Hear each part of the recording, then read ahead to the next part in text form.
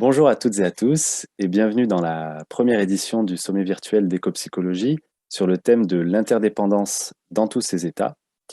Aujourd'hui, nous avons avec nous Marine Calmé, Bernard Boisson, qui devrait pas trop tarder à arriver, Michel Vidal, pour animer le thème suivant, l'interdépendance, un changement de paradigme qui interroge ou réinterroge la place de l'humain au sein du vivant.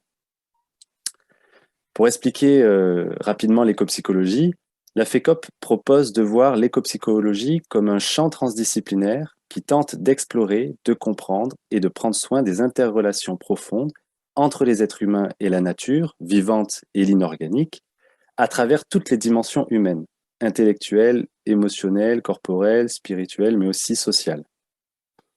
Et pour ce sommet, nous avons choisi le thème de l'interdépendance parce qu'elle est à la base de la réalité du monde.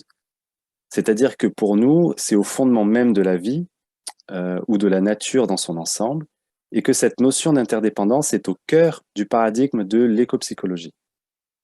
D'autre part, cette notion, elle pose la complexité, la notion de complexité que nous souhaitons faire vivre, expérimenter et approfondir au sein de la FECOP. Pour rapidement parler de la FECOP, c'est une association toute jeune, d'à peine 1 an, qui a commencé à grandir et qui, je l'espère, continuera de grandir, puisqu'elle a pour but de s'étendre à la francophonie, de rassembler les réflexions et les pratiques multiples et transdisciplinaires autour de l'éco-psychologie. Voilà rapidement pour la FECOP. Moi, je m'appelle Johan Zvechkar, je suis éco-psychologue à Grenoble et je suis plus que ravi de vous accueillir pour cette nouvelle table ronde. Mais pour organiser tout ça, je ne suis pas seul. À mes côtés, il y a ma collègue Emmanuelle. Merci Johan. Emmanuelle Delrieux, je suis psychologue développementaliste et éco-psychologue et cofondatrice avec Johan de la FECOP.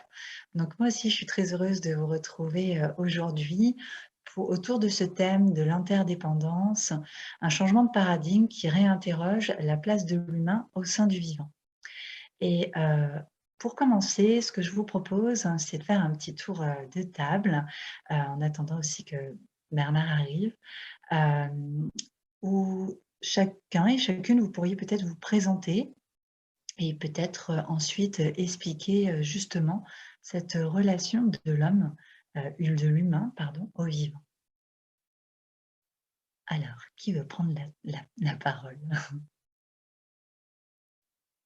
Bonjour Marine. Eh bien, enchantée. Alors, donc je suis ravie d'être là. Je m'appelle Marine Calmet, je suis avocate de formation et juriste engagée auprès de diverses associations qui défendent l'environnement et les droits des peuples autochtones. Mon engagement, il est aussi en tant que présidente de l'association Wild Legal.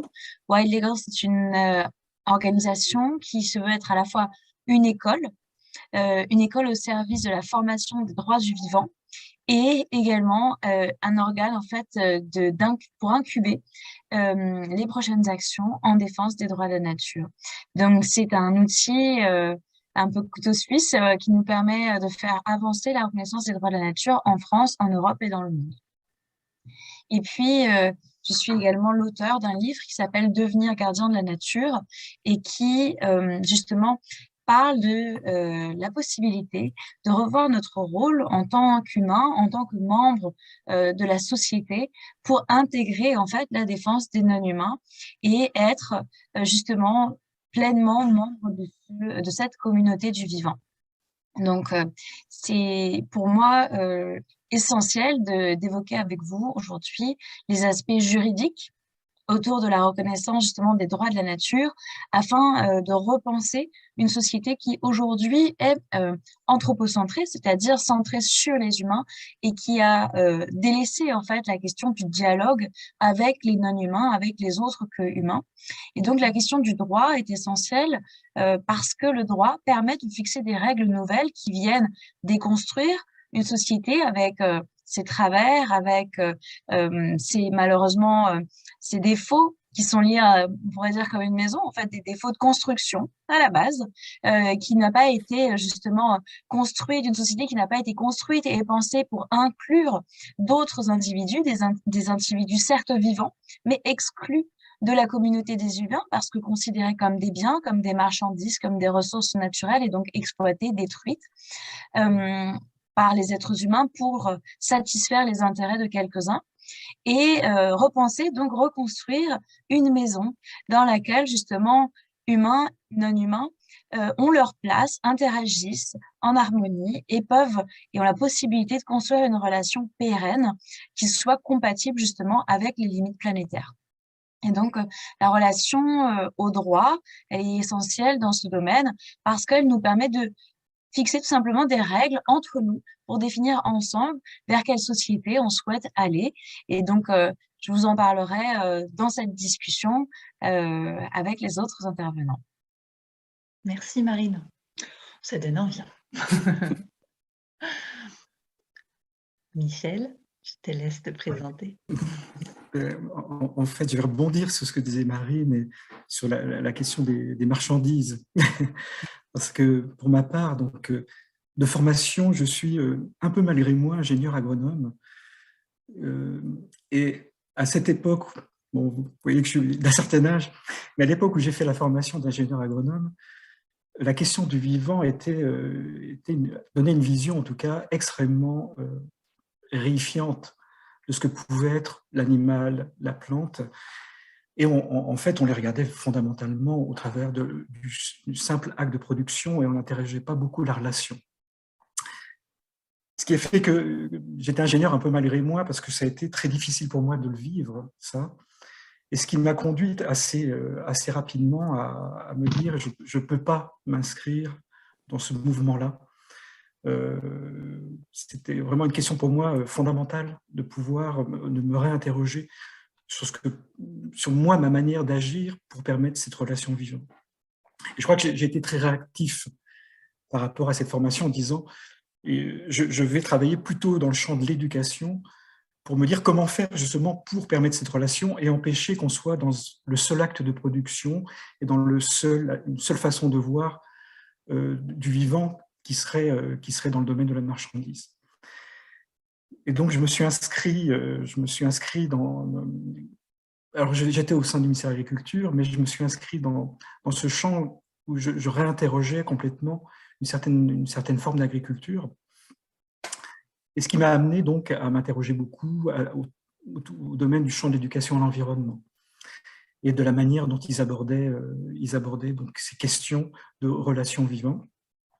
Et ce qui m'a amené progressivement à sentir les limites, en tout cas, de certaines formes d'éducation, me dire, mais il y a des jeux psychologiques qui sont extrêmement puissants dans cette relation-là, et j'avais besoin de les fouiller. Et donc, je me suis formé à partir de là à des approches plus psychologiques, hein, et notamment à des approches de psychologie systémique, dans un premier temps, pour essayer de comprendre comment les jeux systémiques se jouaient entre l'humain et puis d'autres acteurs, humains ou autres qu'humains.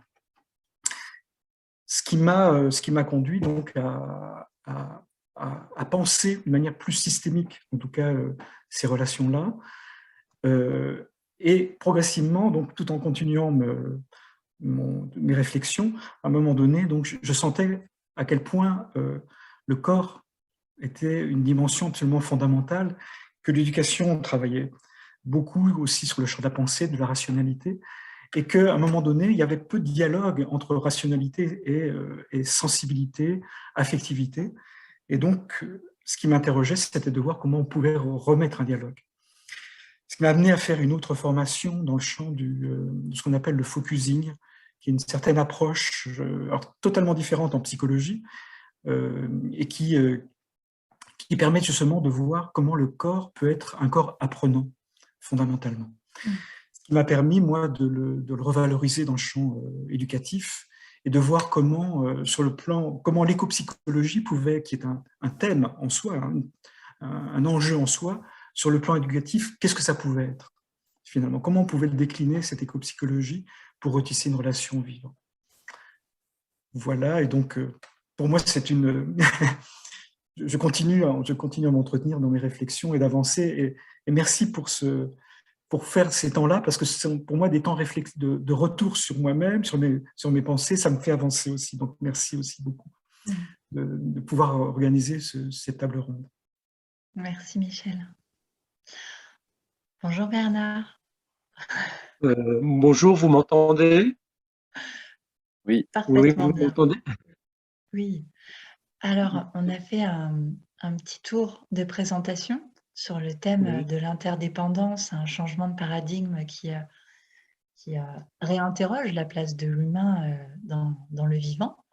Marine s'est présentée, Michel aussi. Est-ce que cela a tiré également de te présenter et de nous expliquer un petit peu qui tu es? D'accord. Alors, je crois avoir vu Marine dans un Zoom de l'UICN et puis Michel à Florac, il y a quand même pas mal d'années. Donc, je ne sais pas si c'est bien. Très bien, très très bien. D'accord. Donc, ben voilà, je me présente, Bernard Boisson. Donc, j'ai commencé comme photographe de nature. Et puis, je pourrais faire un retour en arrière jusqu'à 1990, parce que ça a été un point de bascule où je me suis intéressé aux forêts naturelles, qu'on dit aujourd'hui en libre évolution, les forêts inexploitées par l'homme, qui peuvent être des propriétés abandonnées, des réserves naturelles ou plus large encore, des parcs nationaux. Donc, je m'y suis intéressé en France et en Europe. Et je me suis rapidement intéressé pas à l'aspect naturaliste, pas aux espèces ou pas les paysages secondairement. Et j'ai fini par découvrir que j'étais un photographe cycliste, euh, un photographe cycliste qui ne fait pas du vélo, mais qui photographie les cycles de la nature. Donc, je dirais que les espèces, pour moi, sont devenues presque transparentes. Elles sont devenues des pas de temps de cycle dans un écosystème. Et j'ai commencé à voir les écosystèmes un petit peu comme des concerts dans lesquels s'entrelacent des durées de cycle différentes. Et j'ai beaucoup plus vu la dynamique paysagère sur ce plan-là. Et je me suis rendu compte que ces ambiances de paysages qui étaient très épanouies dans les cycles, qui donnaient une entière lisibilité sur les cycles naturels qui les dynamisent, eh bien, c'était des paysages qui étaient d'autant plus forts en termes d'ambiance et qui stimulaient en nous des impressions, des sensations, des sentiments qu'on vit ni en ville, ni dans les campagnes et pas dans les exploitations forestières. Donc là, j'ai eu un seuil d'entrée à l'éco-psychologie, mais d'une façon complètement instinctive, expérientielle, sans formulation de langage ou de théorie. Et j'ai sorti un livre qui s'appelle La forêt primordiale. La première édition a eu lieu en 1996. Et donc, ça a été un ouvrage de photos et puis de poèmes, d'aphorismes un peu méditatifs sur les rapports humain-nature qu'on peut vivre tout particulièrement dans ces forêts sauvages. Et à partir de là, je me suis dit, mince, quand même, je ne suis pas le premier sorti du berceau. Il doit y avoir des personnes qui m'ont précédé dans la littérature, dans les arts et dans les sciences humaines. Donc, j'ai fait à partir de ce moment-là des recherches d'antériorité. Dans 1996, j'ai eu une François Mazur que je n'ai jamais rencontré, qui a écrit un article sur l'éthologie dans la revue Nouvelle Clé. Et ça m'a vivement interpellé, d'autant qu'il a fait un lien entre l'art et puis l'éco-psychologie qui m'a particulièrement parlé. Et donc, je me suis intéressé notoirement à l'éco-psychologie depuis ce temps-là. Et ça m'a amené à discuter avec des personnes. On a eu un prédécesseur dans la thématique qui était François Terrasson, que je connaissais bien à cette époque-là, que lui aussi j'ai rencontré par hasard, parce qu'on a été rapproché par un rédacteur de magazine qui a publié un article de lui et puis des photos de moi, donc la rencontre a été assez inévitable. Cela nous a amené avec d'autres comme Roland Miller et différentes personnes à monter un colloque d'éco-psychologie dans le Vercors en 1999. J'ai rencontré la même année de passage à Paris Johanna Messi qui avait fait un mini-stage, c'était au Forum 104 si je me souviens bien. Et puis bon, j'ai continué à cheminer dans la démarche, à développer un peu en autonomie, enfin une sorte d'éco-psychologie pour réassimiler un peu personnellement. Finalement, je me suis rendu compte que l'inspiration me nourrissait beaucoup plus que l'érudition dans tout ce qui avait été investigué par d'autres personnes sur ce terrain-là. Et puis, pour faire vite, j'en peut-être plein d'étapes en le disant. J'ai sorti l'année dernière un livre en octobre 2021 qui s'appelle « La forêt et l'avenir de l'homme » pour une éco-psychologie forestière qui nous aide à réviser notre relation au vivant et les rapports de notre société avec la nature. Donc voilà, très rapidement, voilà. C'est peut-être déjà assez long, je résume un peu le cheminement que j'ai eu. Merci Bernard. Quand je vous entends tous les trois, en fait, on est vraiment au cœur du sujet de la relation au vivant.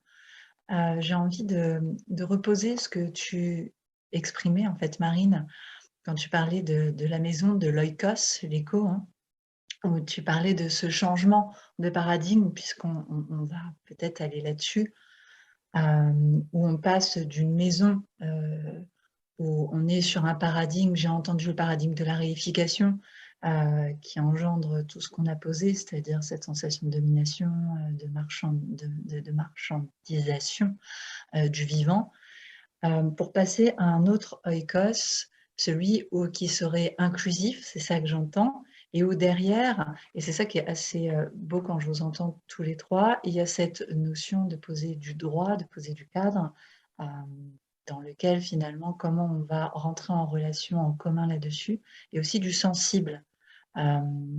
Est-ce que Marine, tu pourrais peut-être nous en dire plus justement sur cette relation au droit du vivant?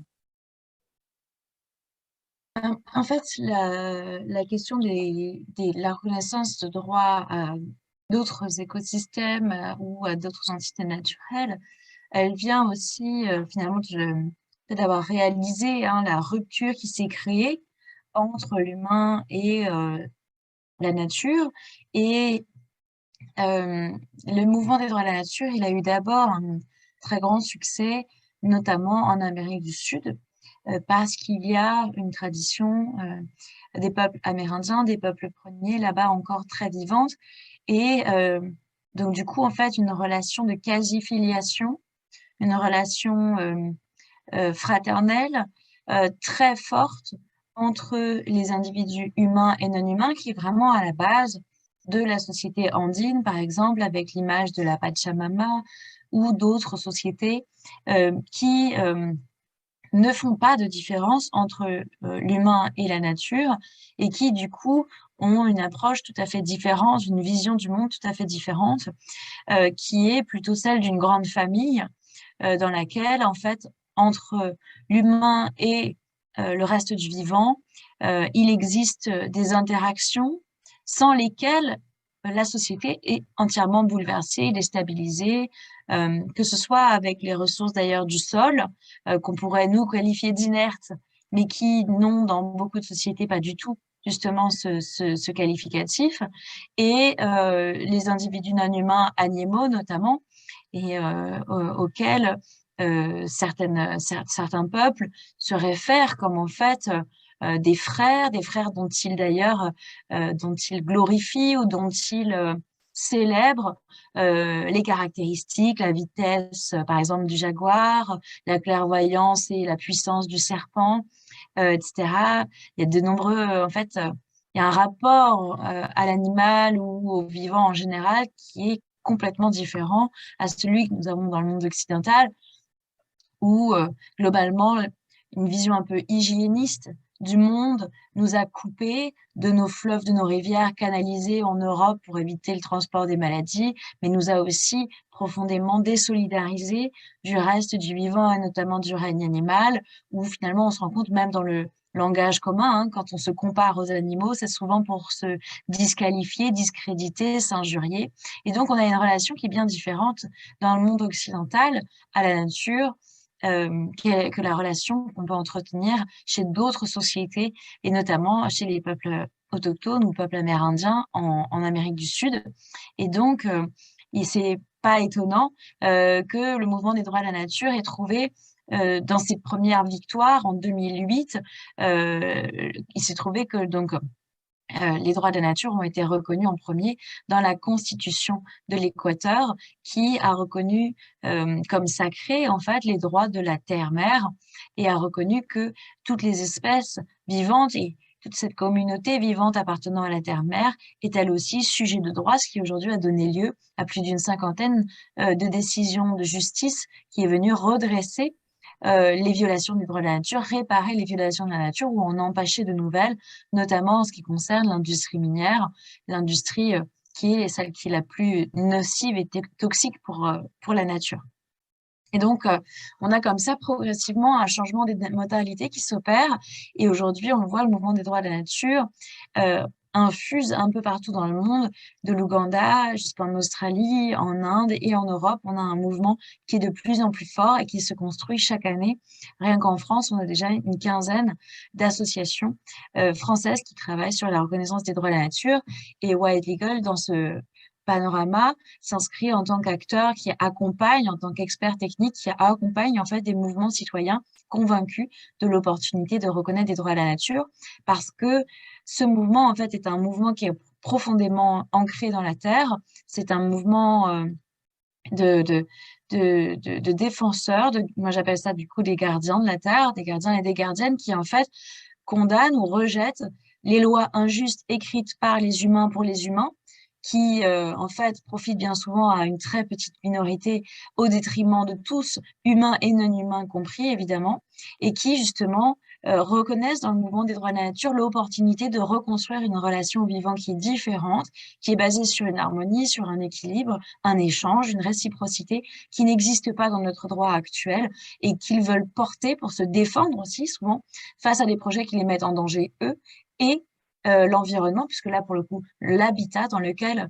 ils se trouvent. Et donc, ce mouvement des droits de la nature, il vient restaurer un équilibre et il vient comme un outil, en fait, au service de gardiens pour leur donner la possibilité, justement, d'endosser une tutelle légale sur les écosystèmes dont ils sont les protecteurs et de les défendre avec des outils juridiques que ne leur confère pas le droit actuel.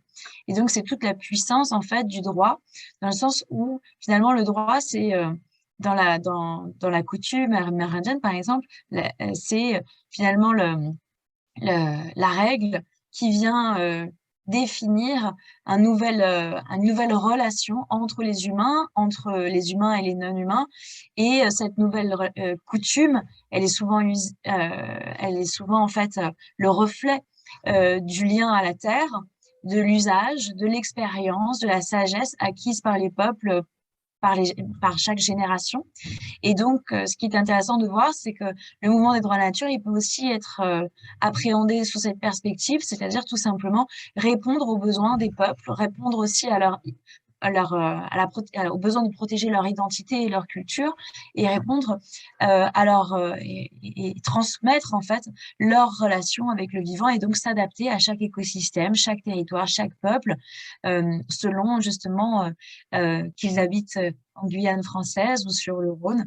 Et donc, c'est vraiment un droit qui est polymorphe, qui est bioperspectiviste, dans le sens où il adopte des perspectives différentes selon les écosystèmes et selon les entités qu'il invoque. Et donc, un espoir très fort de recréer un lien solide entre humains et non-humains, entre l'homme et la nature. Merci Marie. Moi, j'avais une question justement, ce que tu dis, Marine, ça fait sens. Et le droit à la nature, ce que j'entends aussi derrière, c'est justement le traitement qu'on fait à la nature. Le traitement que l'humain réserve à la nature ou aux vivants en règle générale. Et derrière ça, il y a le bien-être du vivant. Comment est-ce qu'on perçoit finalement les autres non humains? Et justement, est-ce que Michel, je sais que tu as travaillé un peu là-dessus, tu as élaboré sur le bien-être du vivant, comment ça s'incarne finalement sur le terrain, ce bien-être au vivant qui peut faire la jonction entre plus de reconnaissance pour le vivant et du coup dans les pratiques aussi, comment est-ce que ça s'articule? Alors, par rapport à ça, effectivement, si on regarde par exemple la relation de l'homme à l'animal, et en particulier, on va prendre l'exemple de l'animal de production, mais on pourrait prendre tous les animaux de compagnie, hein, de la même façon. On a au niveau du droit des choses entre humains, on va fondamentalement s'interdire, sur lesquelles il y a une éthique très forte, et parce qu'il y a un passé, je pense aussi, qui a été très dur, hein, pour l'humain. Je pense à des phénomènes de génisme, par exemple, donc des phénomènes de sélection, des visions de race, hein, qui ont imprimé un certain regard et qui ont nui beaucoup à l'être humain. Et en parallèle, quand on regarde ce qui se joue avec l'animal, aucun souci. On va les sélectionner à outrance, on va faire un eugénisme absolument extraordinaire lorsqu'on le souhaite. On va les utiliser, on va les cloner, tout ce qui n'est pas possible pour l'humain. Et là, on voit bien la discontinuité ontologique que l'on a, hein, entre l'homme et l'animal, comme si c'était véritablement deux règnes qui n'avaient strictement rien à voir, et qui laisserait supposer qu'il y a un droit qui se justifie pour l'humain, mais qu'on ne se permettrait pas de donner à l'animal, et là on peut faire ce qu'on veut. Et pour moi, là, il y a une question assez fondamentale de voir comment on peut recréer, si fondamentalement on accepte de se dire animaux, hein, c'est de se permettre de donner un droit similaire à l'ensemble des êtres animaux. Quand on regarde, par exemple, le droit qui est lié au bien-être animal, il ne bouge pas par rapport à ça. Hein. Il offre certaines possibilités, je dirais, en termes de liberté pour l'animal, mais il ne remet pas fondamentalement en cause la question de se dire, est-ce qu'on peut se permettre, nous-mêmes, on s'interdit en tant qu'être humain de faire certains types d'actions, est-ce qu'on peut continuer à se permettre de faire ce type d'action-là? Et donc, sur cette question, par exemple, de la relation à l'animal, je dirais, on est dans les prémices, là, et on voit bien qu'on a beaucoup de mal avec cette question, par exemple, du bien-être animal, de re-questionner fondamentalement que veut dire cette relation. D'où le fait qu'à un moment donné, il y a une tension très très forte entre d'un côté ce qu'on appelle les welfaristes, c'est-à-dire ceux qui prônent le bien-être animal, et puis de l'autre, les abolitionnistes qui disent non, c'est plus possible, cette relation utilitariste, de toute façon, il faut l'arrêter coûte que coûte. Et on est actuellement globalement, enfin c'est un peu caricatural, mais dans une tension entre se dire est-ce que on cherche à développer cette relation de bien-être, mais dans ces cas-là, on maintient quand même une relation, dont une relation utilitaire à l'animal, en se disant c'est possible d'arriver à maintenir les deux, ou bien d'autres qui disent non, ça n'est pas possible. Pour l'instant, il y a un enjeu très fort, hein, par rapport à ça, mais à un moment donné, si on accepte fondamentalement la continuité ontologique qui fait que nous sommes des animaux à part entière, dans ces cas-là, fondamentalement, on va plus parler, enfin, on ne peut plus distinguer le bien-être animal en disant, voilà, il y a un bien-être spécifique à l'animal et il va falloir re-questionner fondamentalement ce que veut dire le bien-être, même ce qu'on appelle un concept qui est en train d'émerger, qui est le One Welfare. Le One Welfare, ça veut dire le bien-être global, en fait, hein, et qui veut dire, est-ce qu'on peut vivre dans une communauté ce qu'on appelle une communauté hybride, hein, que Dominique Lestel, par exemple, propose. Est-ce qu'on peut vivre dans une communauté hybride, c'est-à-dire avec humains, animaux autres qu'humains, et dans un environnement et dans lequel l'ensemble de ces entités puissent être respectées fondamentalement dans ce qu'on pourrait appeler un bien-être global. Et là, il y a, pour moi, enfin, on démarre juste, là, je dirais, cette réflexion-là, mais en tout cas, elle a un intérêt fort, c'est de revoir complètement l'ensemble de la relation du vivant et comment ce vivant peut circuler au mieux et dans un souci de respect maximal pour l'ensemble des entités. Voilà. Ça fait sens. Ça fait sens. Et justement, là où on a du mal encore, comme tu dis, on est dans les prémices avec l'animal. Si on suit un petit peu voilà, la logique de la hiérarchie, le végétal est encore bien en dessous, de recevoir des droits ou de recevoir une commune appartenance, de se sentir appartenir, voilà, avec la communauté humaine. Et justement, il y a Bernard, pardon. Bernard, je sais que toi, tu as vachement travaillé sur ces questions. Dans ton livre aussi, tu développes un peu cette relation néfaste qu'il y a avec la nature, la forêt, et que même en France, en fait, on n'a pas de forêt primaire, mais c'est des forêts qui ont été replantées. Comment est-ce que toi, tu vois de ton œil de ces 30 dernières années, justement, à aller voir ces forêts, cette gestion aussi de forêt, comment est-ce que toi, tu le vois? Déjà, j'ai l'impression que le trait d'union qui peut se faire avec les propos de Michel, c'est de parler de bien-être global. C'est-à-dire quand on va vers des forêts primaires ou en libre évolution, parce qu'en Europe, on ne dit plus qu'on a formellement de la forêt primaire, on va vers un bien-être global manifestement beaucoup plus grand. Moi, ce qui m'a marqué comme expérience dans des immersions dans des forêts en libre évolution, je ne vois pas spécialement relevé par la sylvothérapie d'ailleurs, que je vois beaucoup moins discerner les milieux paysagers selon leur qualité de structure ou d'ambiance, campagne, dans les forêts exploitées. Et à chaque fois, je me rends compte que quand on éprouve ces sentiments, on sort d'un conditionnement psychologique de société.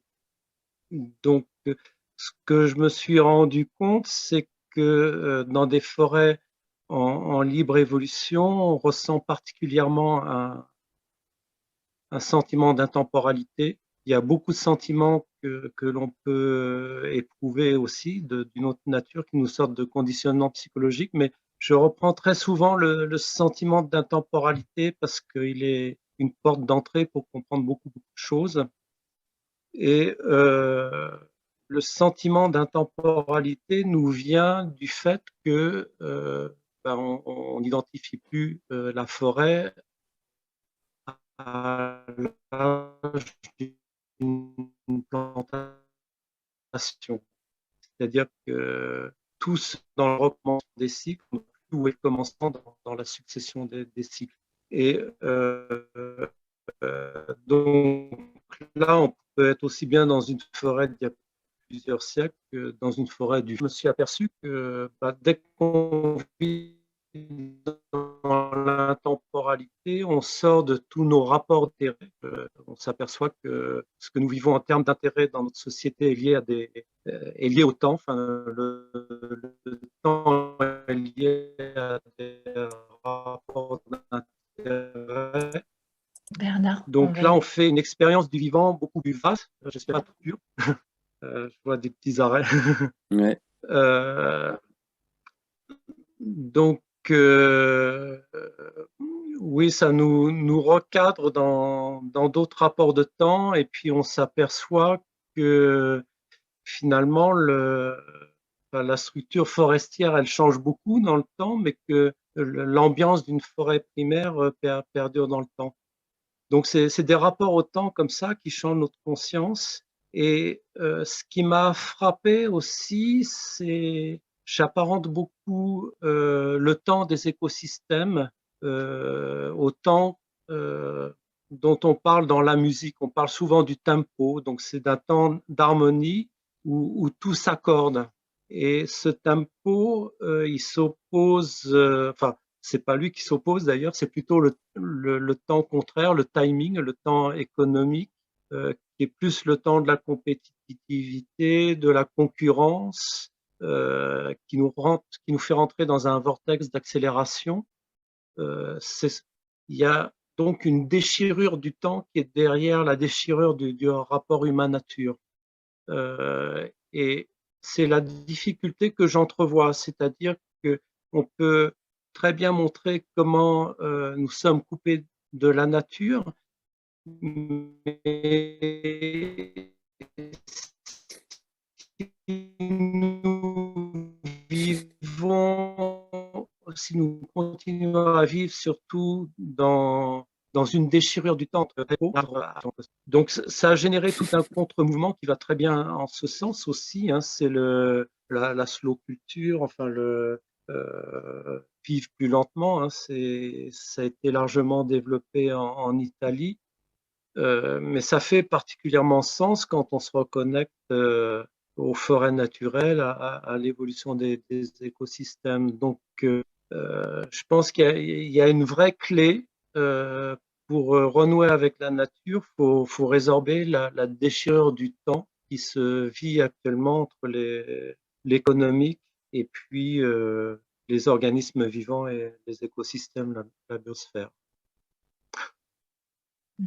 Merci Bernard. Alors c'est un peu frustrant parce que tu as je pense, une connexion qui saute un peu chez toi.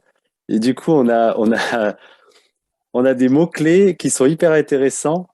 Et en même temps, ça saute un peu. Alors des fois, on n'a pas tous tes développements. Peut-être voir si en enlevant la vidéo, peut-être que ça marchera mieux. Je sais pas, on verra, on va voir un peu après. Merci parce que quand je vous entends tous les trois, c'est rigolo, ce qui me vient là, c'est d'entendre comment, à travers les sentiments, les émotions, on va venir aussi changer nos paradigmes, changer notre rapport. Et je vois les différentes sagesses qui vous imprègnent tous les trois en fonction de ce qui vous appelle. Et du coup, c'est beau ce témoignage de Bernard, je te remercie sur cette sagesse de la temporalité, qui finalement est peut-être la sagesse qu'on doit apprendre à travers les végétaux, de revenir sur ces cycles des écosystèmes.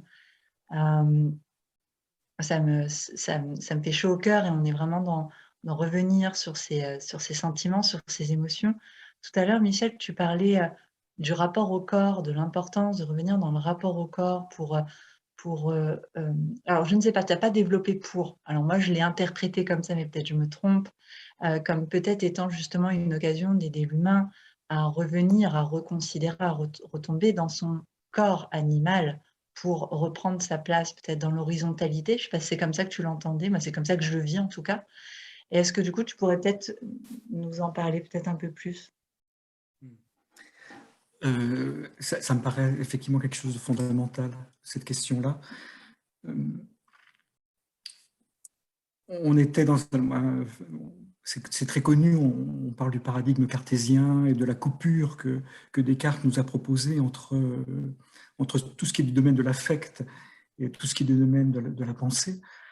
Et on est forgé, je dirais, de cette approche, hein, mais qui n'est pas qu'une approche cartésienne d'ailleurs. Enfin, certains philosophes grecs le proposaient aussi. Et on voit un auteur que j'aime beaucoup, qui est Gregory Bateson, qui parle à un moment donné, la pensée nous amène à être dans des buts conscients. Et justement, les buts conscients, c'est ma raison me dit, à partir du moment où j'ai l'intention de faire ça et que j'ai défini la manière de le faire, il n'y a pas de raison que j'y arrive pas. Et à un moment donné, si je n'y arrive pas, c'est pas parce que ma raison était mauvaise, c'est parce qu'à un moment donné, le système était mauvais. Mais on ne se remet pas en cause sur ces buts-là. Et à un moment donné, quand on a une intention qui est liée, que la raison a décidé, de dire je vais faire ça et on va y arriver, et la science et toute la technoscience nous amène à ces buts conscients-là, à un moment donné, qu'est-ce qui se passe quand ça ne marche pas? On ne remet pas en cause la science ou la raison, mais on remet en cause par contre le système. À un moment donné, donc, la question c'est comment revisiter cette manière de penser. Et en particulier, moi j'aime beaucoup ce que disait Bernard sur la question de l'intemporalité en particulier. C'est qu'à un moment donné, les buts conscients nous amènent à une temporalité. Nous font rentrer dans un certain désir d'atteindre quelque chose et dans un temps donné. Alors que si, à un moment donné, on accepte de quitter les certitudes que l'on peut avoir et de se replonger dans l'incertitude, ce qui est extrêmement difficile pour l'humain parce que l'incertitude peut être aussi anxiogène. Et la question, c'est comment quitter cette angoisse de l'incertitude. À partir de ce moment-là, on quitte la question du temps, puisque les choses vont se faire avec l'autre, dans la relation à l'autre, comme elles doivent se faire, avec le temps qu'il faudra. Donc ça change complètement les modalités. Et en particulier, pour moi, une manière de quitter complètement ces incertitudes qui pourraient être anxiogènes, c'est à un moment donné de se relier d'une manière très différente au vivant et à la manière de concevoir le vivant. Je pense qu'il faut imaginer une méta-certitude qui permet d'accepter l'incertitude. Parce qu'à partir du moment où on sent à quel point l'incertitude, qu'on ait la certitude de l'incertitude, permet justement à l'ensemble du système d'être bien d'une certaine façon, ça change tout. Et je pense qu'avoir cette certitude de la qualité de l'incertitude peut donner à nouveau une sécurité intérieure à la personne. Et quand je dis sécurité intérieure, là je re-rentre dans le corps. Je ne l'ai pas dans la tête, la sécurité intérieure. C'est le corps qui me dit, là, ça me correspond, et là, je me sens ancré. Et à partir du moment où j'ai cette sécurité intérieure d'accepter l'incertitude, donc qui est avant tout corporelle, cette sensation corporelle, là, je vais me rentrer d'une manière totalement différente avec l'autre. Et cette relation à l'autre va se faire fondamentalement dans un domaine qui va être de l'affect, ce qui suppose de pouvoir se reconnecter et d'écouter son affect, et de faire confiance à son affect, ce qui n'est pas facile forcément lorsqu'on nous a appris à dire non, c'est la raison qu'il faut écouter, c'est surtout pas les affects. Et si on se reconnecte fondamentalement avec nos affects, non seulement nous, on va ressentir une puissance de relation à l'autre qui n'a strictement rien à voir avec ce qu'on pourrait avoir autrement, par la pensée, mais l'autre aussi. Et ce qui est assez extraordinaire, c'est que j'ai eu l'occasion de travailler, par exemple, alors là, je vous dis des mots, là, mais j'ai eu l'occasion de travailler avec des chevaux, et on s'aperçoit que les chevaux, par exemple, lorsqu'on se met en connexion avec nos propres sensations, qu'on les écoute, sensations qui sont issues fondamentalement de la relation à l'autre. Ce n'est pas nous en soi, c'est une émergence de ce qui se joue avec l'autre. À partir du moment où on écoute ça, et qu'on fait avec ça, et qu'on propose à l'autre quelque chose, mais dans une intention qui devient totalement incarnée, l'autre écoute totalement.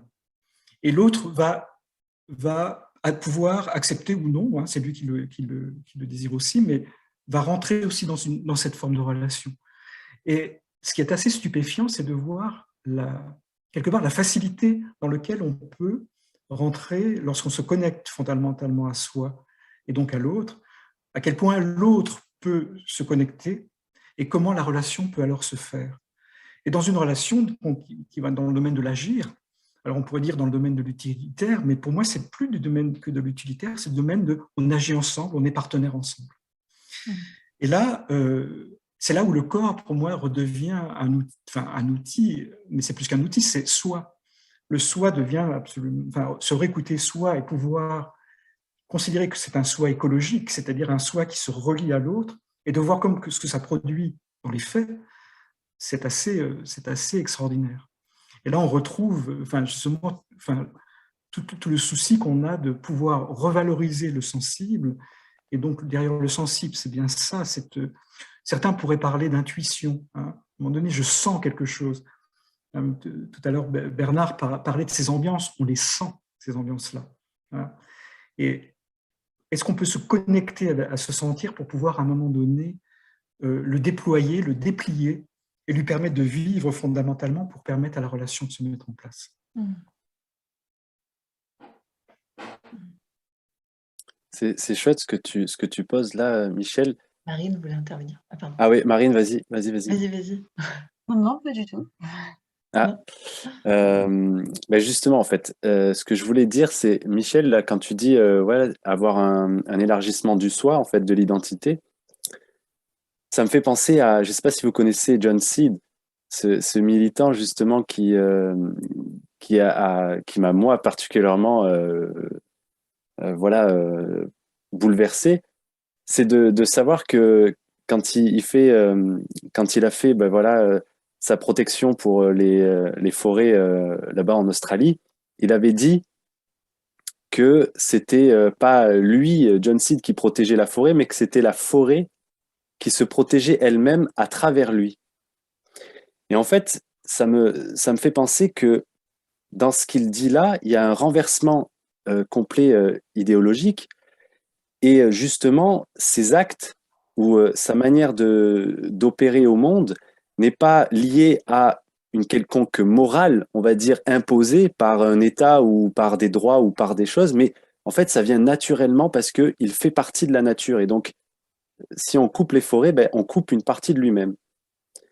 Comment justement, Marine, toi, tu ressens cette idée de passer de ce tout moral avec justement le fait d'avoir, oui, voilà, des droits, etc., donc qui vont imposer peut-être un cadre, et le fait justement que ça vienne de l'intérieur, qu'on n'ait plus vraiment besoin de cadre ou de droits, mais que ça vienne de nous-mêmes.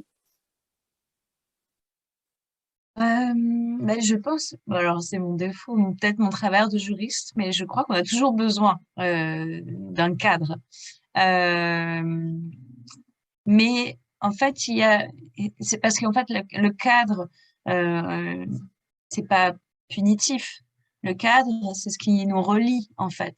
C'est-à-dire, c'est pas excluant, c'est ce qui nous rassemble. C'est les textes sur lesquels on s'accorde. C'est notre contrat entre tous les individus qui fait qu'on est d'accord, qu'on vit ensemble, parce que justement, on partage ce cadre commun qui fait qu'on peut aussi vivre en harmonie les uns avec les autres.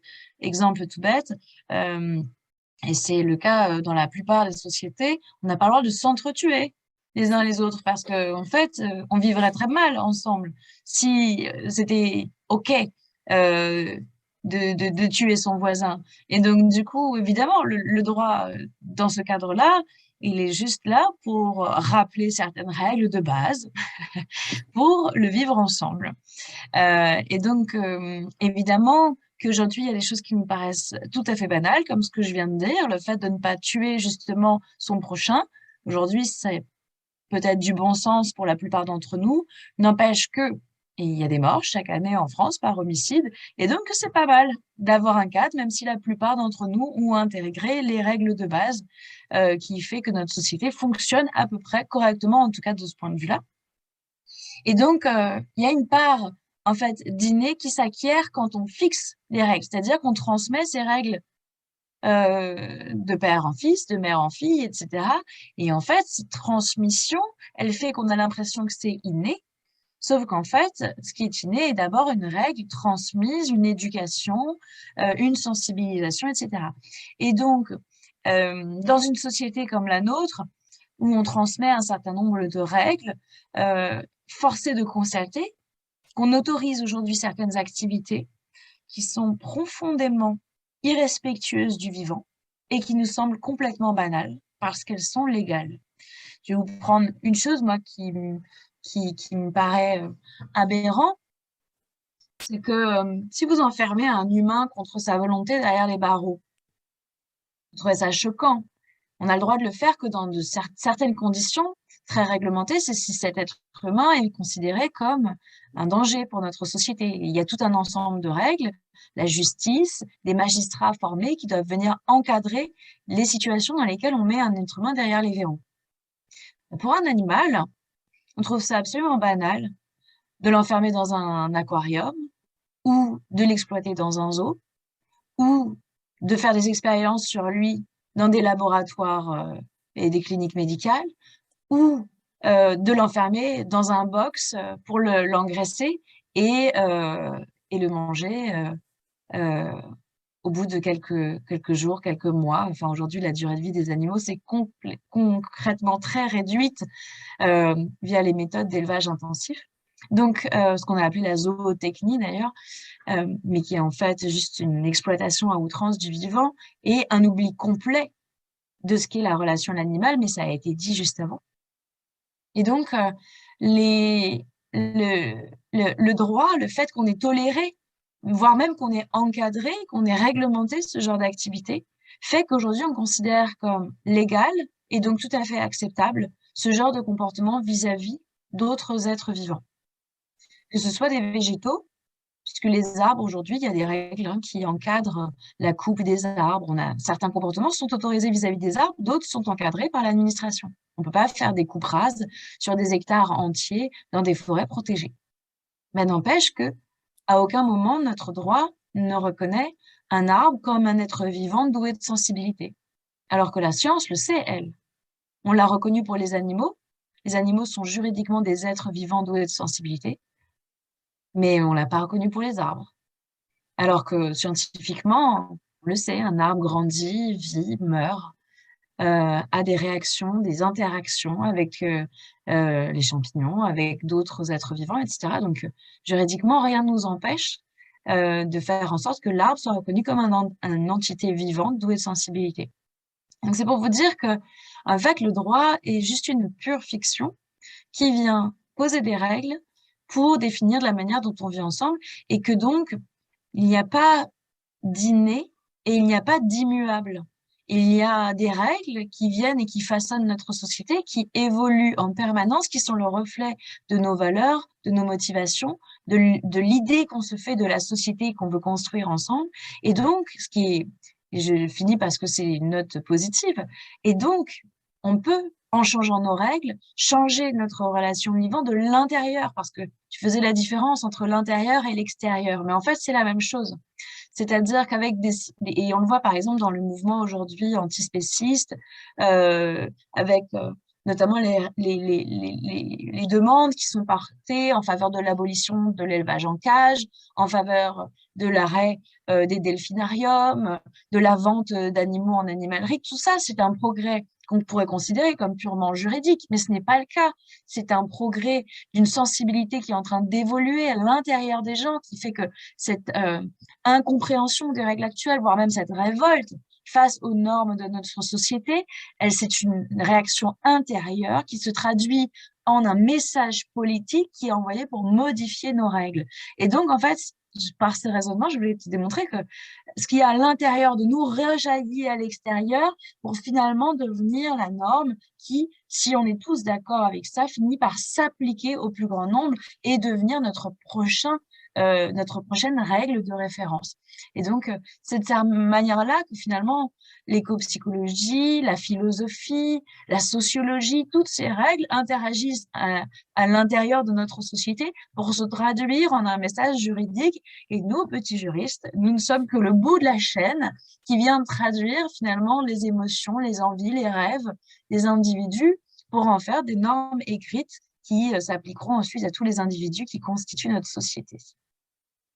Merci Marine, parce que tu vois, ce que tu dis, c'est fondamental. Alors, tu es au bout de la chaîne, peut-être, et en même temps, c'est hyper important. Je le vois parce que je travaille beaucoup avec les enfants et les adolescents.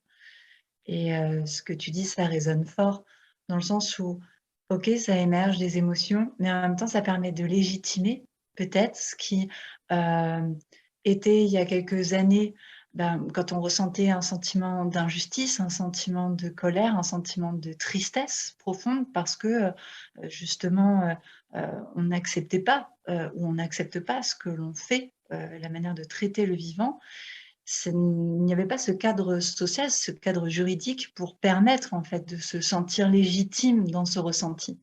Et c'est aussi ça que tu poses indirectement, c'est que le fait qu'il y ait une évolution dans le droit, ça permet aussi aux personnes qui ressentent cela de légitimer. On le voit notamment avec les enfants, quand ils vont au cirque, on se rend compte qu'ils sont beaucoup moins sensibles à la condition animale. Par contre, on leur repose le cadre de la loi, et là, tout de suite, en fait, ils vont rechanger, rebasculer dans « je peux m'autoriser à être dans l'empathie » et dans cette relation, en fait, à vivre. Super. Est-ce que Bernard, tu voulais ajouter quelque chose? Je me remémore dans ces propos-là une rencontre qui s'est passée au Sénat sur la difficulté de la démocratie à pouvoir parler des problèmes, et notamment des problèmes écologiques.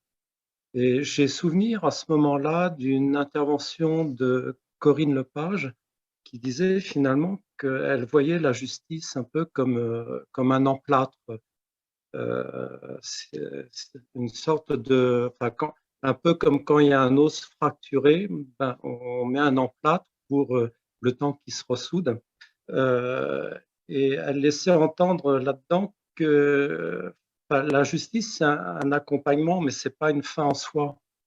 Et j'ai trouvé ça assez intéressant en fin de compte, c'est-à-dire que ce qui ressoude la fracture, ça se fait tout seul, ça se fait en fait avec d'autres énergies. C'est handicapé à le faire quand à un moment donné il manque l'emplâtre, parce qu'à ce moment-là on est complètement vulnérabilisé à tous les mouvements qu'on peut faire. Et je trouverais intéressant de discerner ce qui, dans notre relation au monde, a valeur de matrice et ce qui a valeur de cadre. Plus on est intégré dans la matrice du vivant, moins on a besoin d'un cadre, en fait. Et donc, d'une certaine façon, on a des peuples premiers qui en ont parlé un peu. L'image de la relation de la terre-mère va quand même en ce sens.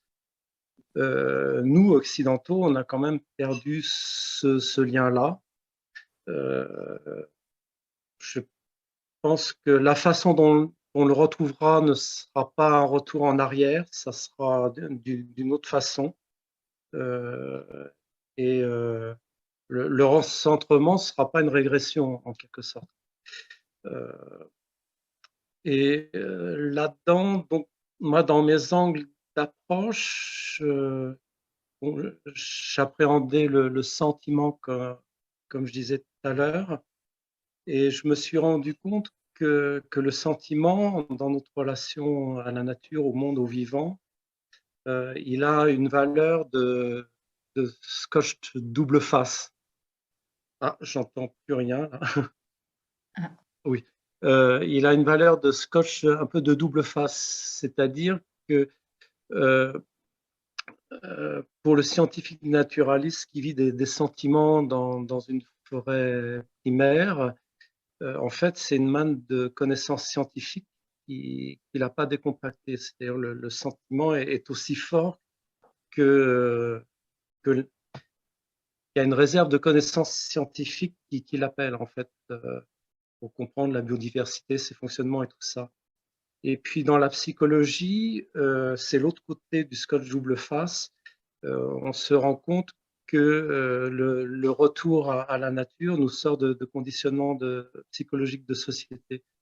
Donc je pense que le sentiment, il est toujours un peu ce lien de connexion entre nous et le vivant, mais on a un peu perdu les modes de connaissance pour le retrouver. J'entends plus rien. Ouais. Vous m'avez bien Oui, reçu là? oui, c'était Oui, très bon. Ouais, parfaitement. parfaitement.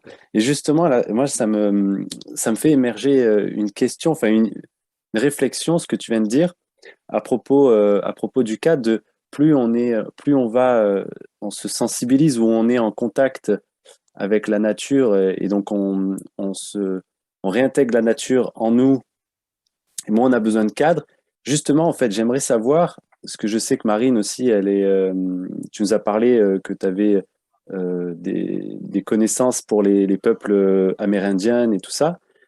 La notion justement de cadre, est-ce qu'elle n'est pas plus abstraite chez ces peuples-là, c'est-à-dire moins formalisée? Est-ce que justement d'être en contact, d'être dans la forêt intégrée au vivant, est-ce que justement cette notion de cadre n'est pas plus abstraite? Franchement, je pourrais pas donner une réponse sûre de moi parce que je suis pas anthropologue, je suis que juriste. Donc, quelle est leur appréhension du cadre? Je me risquerais pas de dire d'avoir une réponse trop sûre de moi, mais je crois que on surestime notre rapport à la loi dans le monde occidental ou au cadre, parce qu'en fait, la plupart d'entre nous ignorent la loi de A à Z. D'ailleurs, souhaitent l'ignorer parce que personne n'a envie de se retrouver devant les tribunaux et c'est pas notre objectif. Moins on y est, j'ai envie de dire, mieux on se porte. Le nombre de personnes qui ont recours à un avocat et qui souhaitent avoir recours à un avocat sont finalement assez peu de personnes dans notre société. Donc, le rapport au cadre, je peux parler en tant qu'occidental, notre rapport au cadre, au quotidien est finalement pas très fort. En tout cas, je pense pas qu'on le vive de cette manière-là. Et puis surtout, la plupart d'entre nous ignorent complètement la manière dont est produite la loi. Donc, je veux dire, la plupart d'entre nous n'a jamais lu un texte de loi. Et pourtant, c'est eux qui encadrent notre vie au quotidien. Je dirais juste qu'en fait, on a une société tellement complexe et normée qu'en fait, c'est nous qui nous éloignons de la règle et de la norme parce qu'en fait, plus personne aujourd'hui ne peut avoir une vision globale des normes dans notre territoire, normes internationales, européennes, nationales, des règlements au niveau local, au niveau des communes. Donc, on ignore beaucoup de choses, en tout cas du cadre en fait qui nous régit au quotidien et on a perdu complètement la visibilité sur ce cadre, ce qui n'est pas forcément une bonne chose. Et que quand on vit en forêt ou quand on vit dans la nature en général, il y a des lois qui sont bien plus simples, c'est les lois du vivant. C'est-à-dire que les règles du vivant, c'est les lois des saisons, c'est des lois beaucoup plus simples, c'est la floraison, le moment des récoltes, c'est des lois qui sont liées au vivant, au fonctionnement du vivant auquel vous ne pouvez pas déroger. Et notre société, elle, comme elle a fait fi du fonctionnement du vivant, on a créé un ensemble de règles dont on perd à la fois le sens, la vision d'ensemble et puis la logique, parce qu'en fait, le fait que justement les lois écrites dans le monde occidental n'aient plus aucun rapport avec le fonctionnement du vivant, fait qu'on ne peut même plus vraiment comprendre comment fonctionne notre système, à quoi il est rattaché, et que bien vite, quand on met, malheureusement, comme ça a été mon cas, par exemple, quand j'ai commencé à travailler sur l'industrie minière en Guyane, je me suis vite rendu compte que c'était un droit qui n'avait aucune forme de respect pour le vivant et qui était juste écrite sur mesure pour permettre aux industries minières d'exploiter le plus, le mieux possible et en faisant le maximum de profit. Et donc, cette déconnexion entre le vivant et le fonctionnement des lois fait qu'elles peuvent paraître profondément injustes et quand on s'y penche, est tout à fait inacceptable pour qui fait partie justement de cette communauté du vivant et qui souhaite la défendre et la protéger. Ok, merci. Moi, par rapport à ce que vous êtes en train de poser, vu que on a fait un tour d'horizon vraiment intéressant, je me demandais si vous seriez d'accord, peut-être chacun et chacune, pour tenter de répondre ou d'élaborer autour de cette question, justement, quelle place l'humain a besoin de retrouver dans le vivant, puisque on est tous, en tout cas vous l'avez tous posé, ce déracinement profond. Voilà, quelle place finalement vous donnez, l'humain a besoin de reprendre face au vivant. Michel, est-ce que tu voudrais commencer? Le mot qui me vient, comme ça, c'est le mot spiritualité, mais qui commence à maturer en vous écoutant. Pour moi, c'est retrouver, dans ce que j'entendais, la matrice dont parlait Bernard, c'est retrouver ce vivant qui nous traverse, et qui traverse l'ensemble des êtres. Et déjà, ressentir et ressentir fondamentalement qu'on fait partie de ce même vivant qui nous traverse, pour moi, c'est ça, enfin, c'est ce que j'entendrais une forme de spiritualité. Et à partir du moment où on sent fondamentalement cette retrouvée qui a disparu, hein, qui pose de véritables problèmes en termes d'angoisse chez l'humain, on voit à quel point il est insécure, parce que justement des formes de spiritualité ont disparu. Il la cherche coûte que coûte. Hein, le transhumanisme le révèle pour moi d'une manière extraordinaire. Retrouver donc cette spiritualité vraiment fondamentale, je trouve, va redonner du sens à l'humain. Et en redonnant du sens à l'humain, pour rejoindre ce que dit Marine, ce sens-là va dialoguer forcément avec les lois du vivant. Et je pense que c'est retrouver ça qui va lui permettre cette spiritualité qui va lui permettre de retrouver fondamentalement une place, pour moi, qui est juste dans le vivant. Merci Michel. Et pour toi Bernard? Oui, sous le terme spiritualité, je serais peut-être encore plus resserré, parce que la spiritualité, ça peut être toutes sortes d'approches, de comportements, de façons de vivre, et ce qu'on a peut-être le plus perdu, c'est l'inspiration, la capacité d'être lié au vivant par inspiration. Donc, effectivement, cette approche-là paraît plutôt spirituelle parce que c'est à la fois l'esprit qui participe, l'esprit dans le sensible, et c'est pas à proprement dit intellectuel.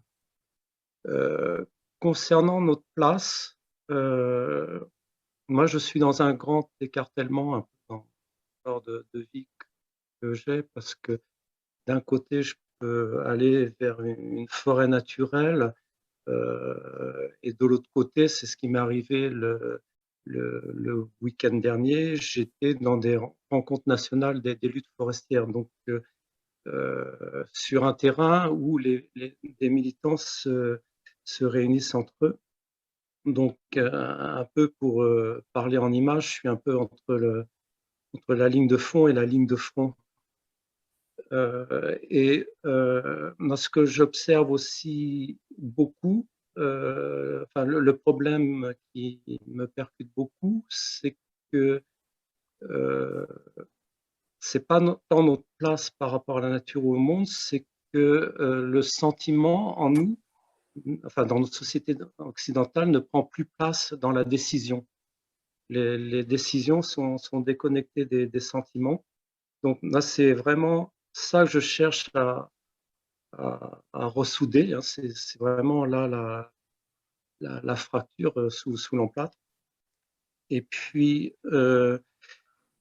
dans les discours écologiques que je vois, bon, il y a deux thèmes énormes qui sont sur les devants aujourd'hui. Le premier, c'est le climat, les changements climatiques vers lesquels nous nous acheminons.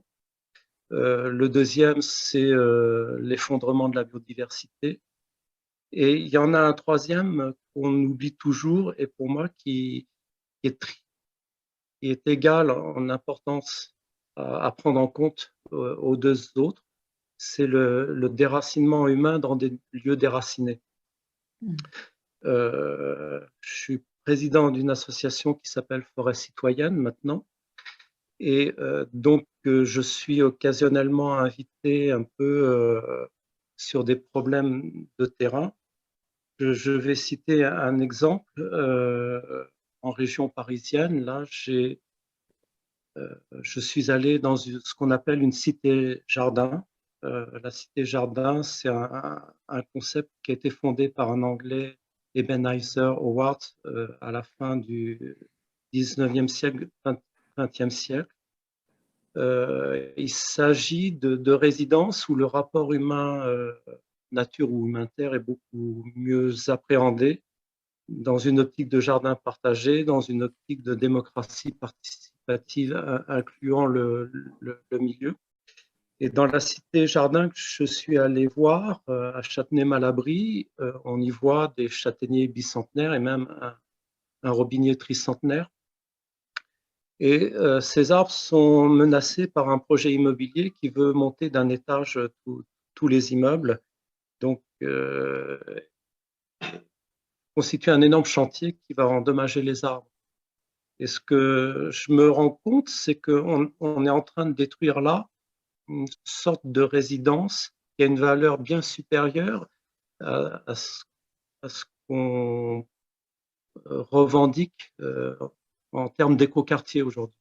Surtout que les écoquartiers intègrent de la végétation exotique.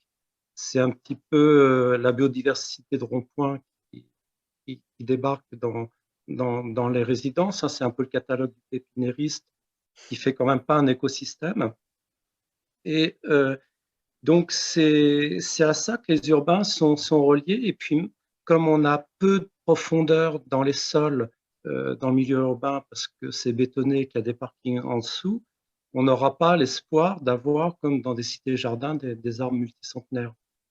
Donc, les arbres multicentenaires, ils ont le mérite de nous enraciner dans du temps long. C'est-à-dire que quand les arbres sont plus âgés que nous, le mot enracinement fait sens parce qu'on s'enracine dans du temps plus grand que soi. Dans du jardin, le mot enracinement ne fait pas sens parce qu'on s'immerge dans du temps plus petit que soi, dans des cycles végétaux plus petits que soi.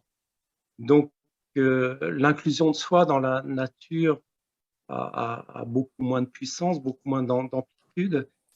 Et pourtant, on est en train de modifier tous nos environnements en les verdissant, en croyant qu'on fait de l'écologie, mais en même temps, on continue à se déraciner. Donc et je pense qu'on est vraiment dans une grosse crise humaine de déracinement, et c'est là où l'éco-psychologie a un gros boulot à faire. On en convient, Bernard. Merci pour ce témoignage. Et pour toi, Marine, justement, quelle est la place de l'humain dans le vivant? Moi, j'adhère beaucoup, en fait, à une vision qui serait une vision de fraternité, de famille du vivant. Et donc, par exemple, je suis récemment devenue mère. Et ce que je trouve très intéressant dans le fait de devenir mère, c'est la période de l'allaitement. Vous me direz pourquoi, c'est étrange.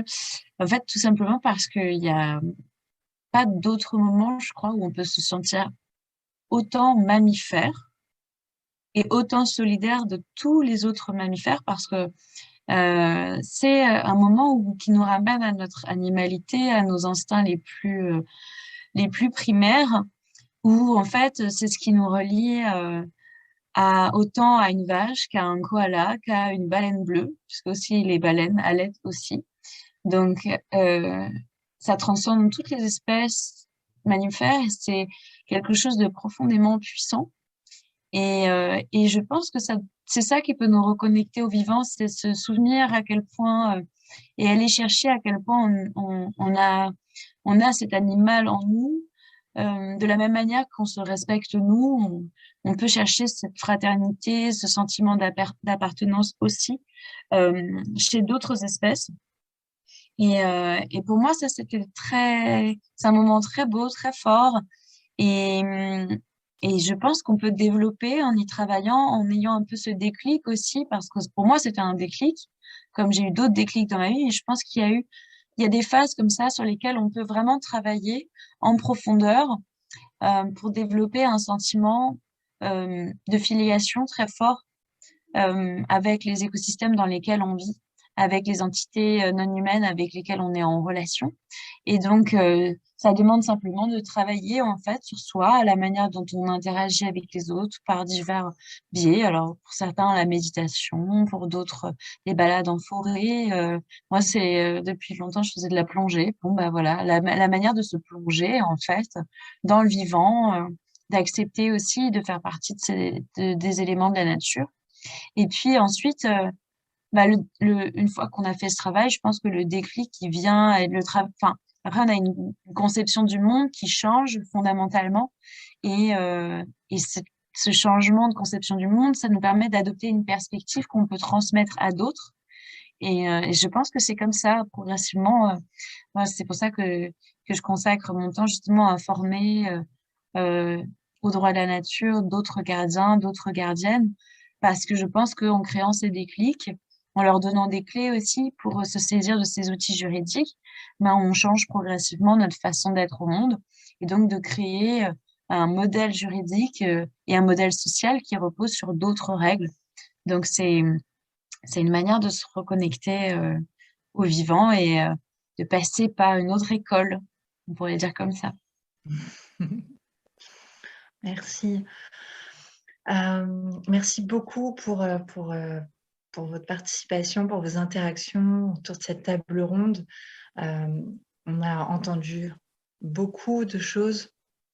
En tout cas, ce qui est clair, c'est que dans ce que vous êtes en train de signer, c'est que les changements de paradigme, enfin ces paradigmes qui fondent notre société occidentale, qui nous font nous déraciner, que ça aille, comme tu l'évoquais Michel, du « je pense donc je suis » de Descartes, où on part trop là-haut et on se déracine complètement de notre propre corps, que ce soit effectivement du paradigme de réification, ou encore, hein, tel que tu l'as posé aussi Bernard, au niveau du temps, une temporalité linéaire, une temporalité économique qui nous déracine de la temporalité cyclique des écosystèmes et de notre propre temporalité cyclique aussi, qui est la nôtre et en lien en fait avec le vivant. J'entends que tout ça, tout ce qui nous a forgés et qui nous amène finalement à nous déraciner, à nous sortir, à nous exclure du vivant. Tu le posais, Marine, je crois, au tout début, en disant, en s'excluant de la chaîne trophique, de la chaîne alimentaire, bah, finalement, l'humain a fait un pas de côté où il s'est cru autre qu'un animal, mais pas que. Il y a ce besoin tout à chacun de retrouver cette reliance profonde au vivant à l'intérieur de nous.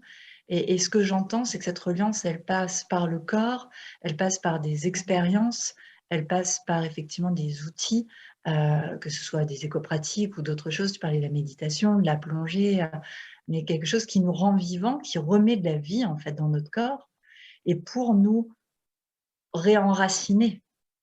Mais ce qui est intéressant, Bernard et Michel et Marine, c'est ce que vous avez reposé, c'est que c'est pas si simple que ça. Il y a aussi une complexité. C'est à la fois simple parce que c'est en nous, il faut nous y relier, et en même temps, il y a une complexité parce que, eh bien, effectivement, se relier à un arbre qu'il va y avoir dans le parc à côté, ça va pas donner cette même puissance d'enracinement qu'à côté d'un vieil arbre centenaire, voire millénaire. Et c'est tout ça qu'il y a peut-être besoin de retrouver, c'est ces strates en profondeur au fur et à mesure sur comment aller de plus en plus loin, puisque ce que j'entends, en tout cas à travers vos propos, c'est surtout le constat d'à quel point on est déraciné, à quel point on est déconnecté, à quel point on est délié en fait de cette reconnaissance au vivant. Donc ça va passer par des étapes. Et ce que j'entends, c'est que ce soit dans le monde de l'éducation, comme tu le posais Michel, en fait, avec des éco-formations, Marine, à travers le droit, Bernard Autry, avec le réempuissancement, en fait, de se remettre dans cette puissance du vivant, en reconnaissant la puissance du vivant. C'est tout ça qui va nous acheminer petit à petit avec ce que j'entends chez chacun et chacune, c'est vraiment la flamme de la transmission. de former, d'informer, de sensibiliser pour permettre de réouvrir ça, en fait, d'ensemencer un peu comme Cocopelli, de réensemencer le vivant à l'intérieur de chacun et de chacune d'entre nous.